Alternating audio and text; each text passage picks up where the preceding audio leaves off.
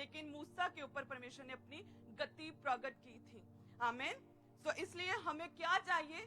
हमें परमेश्वर को समझना चाहिए। आमीन।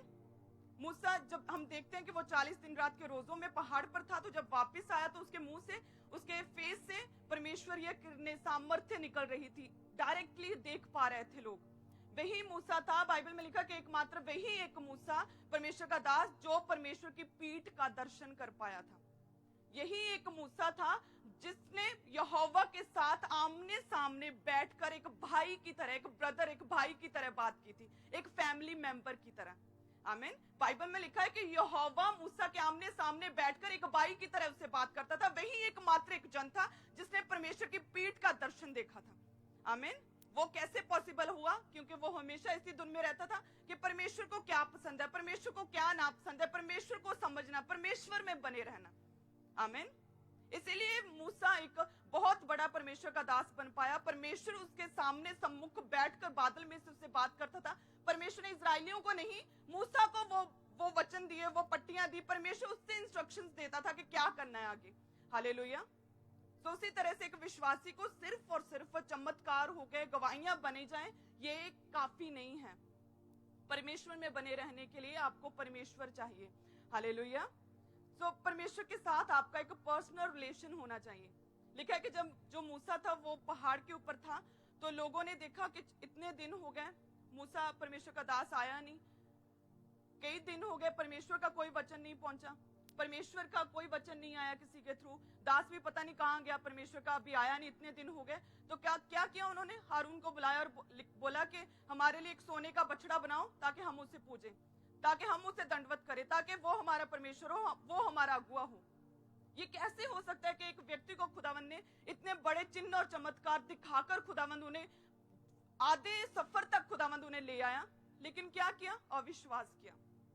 क्या किया कि पता नहीं कहां है परमेश्वर, कई दिन हो गए, परमेश्वर के साथ कोई पर्सनल रिलेशन नहीं था उनका, कि पता नहीं क्या हुआ, कहां है परमेश्वर, कहां है उसका दास, अब कुछ नहीं हो सकता। तो लिखा है कि बछड़ा बनाकर उसे पूजा।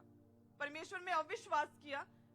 उन्हें तो चाहिए था ना कि वो परमेश्वर जिसने सर्वशक्तिमान रीति के साथ, बड़े दाहिने हाथ के साथ, बलवंत भुजा के साथ, किस तरह से हमें इतने शक्तिशाली फिरौन राजे के हाथों से खुदावंद कितने बड़े चिन्ह और चमत्कार करके किस तरह से हमें लेकर आया।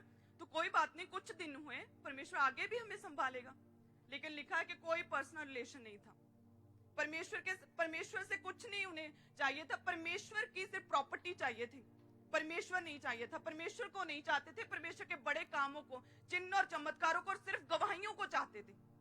देखा, इसीलिए उन्होंने अविश्वास किया, गलत काम किया, आज्ञाओं को तोड़ा, अन्य की उपासना की, और 3000 लोग उस दिन इजरायलियों में से मारे गए थे। हालेलुया। तो इसके लिए क्या इंपॉर्टेंट है? परमेश्वर में बने रहना, परमेश्वर पर विश्वास रखना। केवल गवाहियां आए, मिरेकल्स हों, ये काफी नहीं है। हालेलुया। कितने जन समझ रहे हैं कि परमेश्वर भी चाहिए, गवाहियां बाद की बात है। तो प्रार्थना करें सब जन कि परमेश्वर, हम विश्वास में बने, हम विश्वास में बड़े रहें। खुदावंद, सब जन अपने हाथ को उठाकर एक बार प्रार्थना करें कि खुदावंद हम विश्वास में बने, हम आगे बढ़े। हमें गवाहियां तो चाहिए खुदावंद, सबसे पहले तू हमें चाहिए, सबसे पहले तू चाहिए खुदावंद हमें। सब जन प्रार्थना करें, प्रार्थना करें सब जन।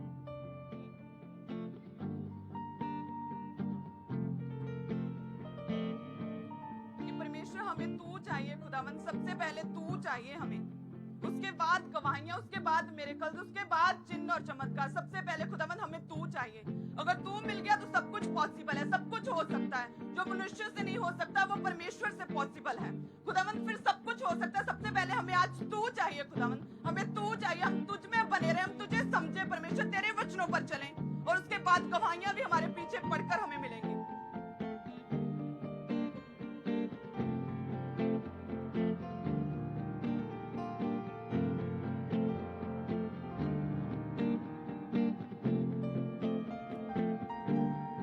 प्रार्थना करें सब जन, परमेश्वर हमारे विश्वास को बढ़ाएं, हमारे विश्वास को बढ़ाएं परमेश्वर।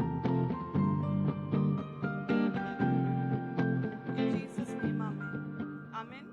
तो आज कितने जन समझ चुके हैं अभी तक कि हमें गवाहियां, चिन्ह और चमत्कार चाहिए, लेकिन सबसे पहले परमेश्वर चाहिए। अगर परमेश्वर होगा तभी जीवन है। अगर परमेश्वर हुआ और चिन्ह चमत्कार फिर मिलेंगे। अगर सिर्फ चिन्ह और चमत्कार है, मिरेकल्स हैं, तो लाइफ्स लंबी होंगी, इसकी कोई गारंटी नहीं है।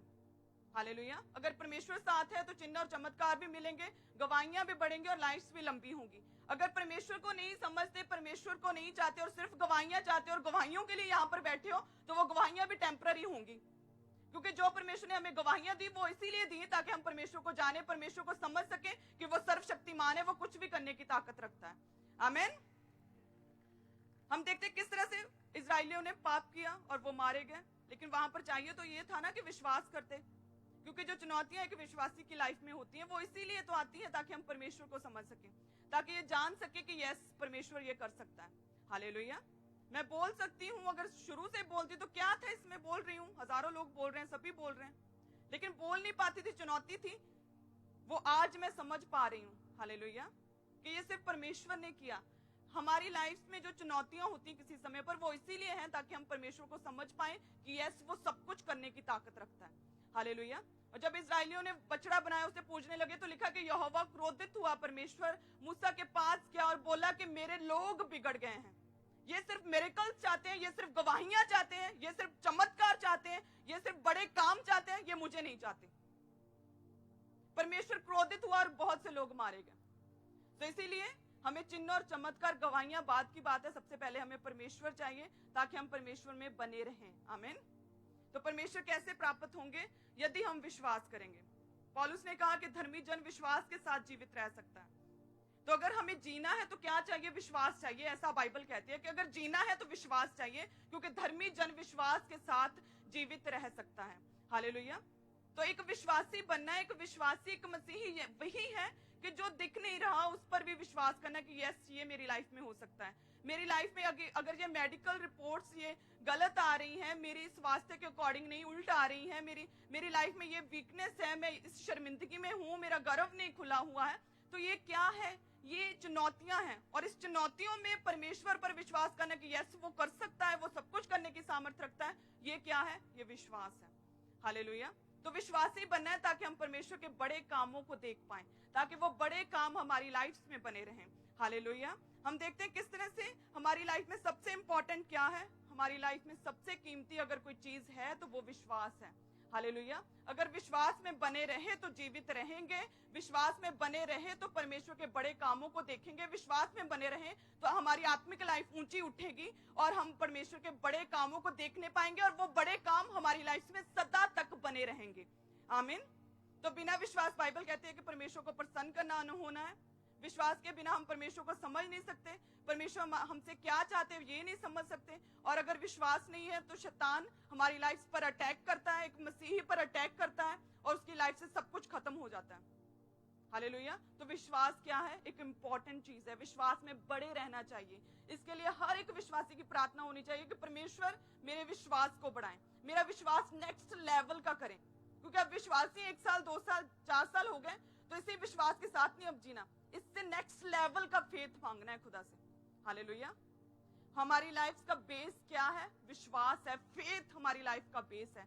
अगर विश्वास है परमेश्वर पर तो आज गवाहियां हैं, अगर कल कोई मुसीबत आऊगी तो आप पीछे नहीं हटोगे बल्कि विश्वास में खड़े रहोगे। हालेलुया। अगर विश्वास हुआ तो विश्वास में क्या करना है? बने रहना है। क्या प्रार्थना करनी है? कि परमेश्वर मुझे नेक्स्ट लेवल का फेथ दे, परमेश्वर मुझे नेक्स्ट लेवल का विश्वास दे, मेरे विश्वास को बढ़ाएं। हालेलुया। क्या कहना है? कि परमेश्वर मेरे विश्वास को बढ़ाएं। यदि विश्वास बढ़ेगा तभी हम परमेश्वर से चिन्ह चमत्कार ले सकते हैं, तभी वो गवाहियां हमारी लाइफ में बनी रह सकती हैं। आमीन। परमेश्वर का वचन कहता है कि आकाश और पृथ्वी टल जाएंगे लेकिन मेरा वचन कभी ना टलेगा। हालेलुया। जब परमेश्वर स्वर्ग में जा रहे थे तो चेलों ने कहा कि वापस कब आओगे? तो खुदावंद ने बहुत से चिन्ह दिए कि ये होगा वो होगा, और साथ में क्या कहा कि जगत के अंत तक मैं सदा तुम्हारे साथ रहूंगा और मेरा वचन कभी ना टलेगा। आकाश और पृथ्वी टल जाएंगे लेकिन मेरा वचन कभी ना टलेगा। ये परमेश्वर का वायदा था। हालेलुया। अगर हम परमेश्वर पर 100% विश्वास करते हैं तो परमेश्वर हमारे साथ रहेगा, परमेश्वर का वचन कभी ना टलेगा, क्योंकि परमेश्वर का वचन हम कहता है जब हम दूसरा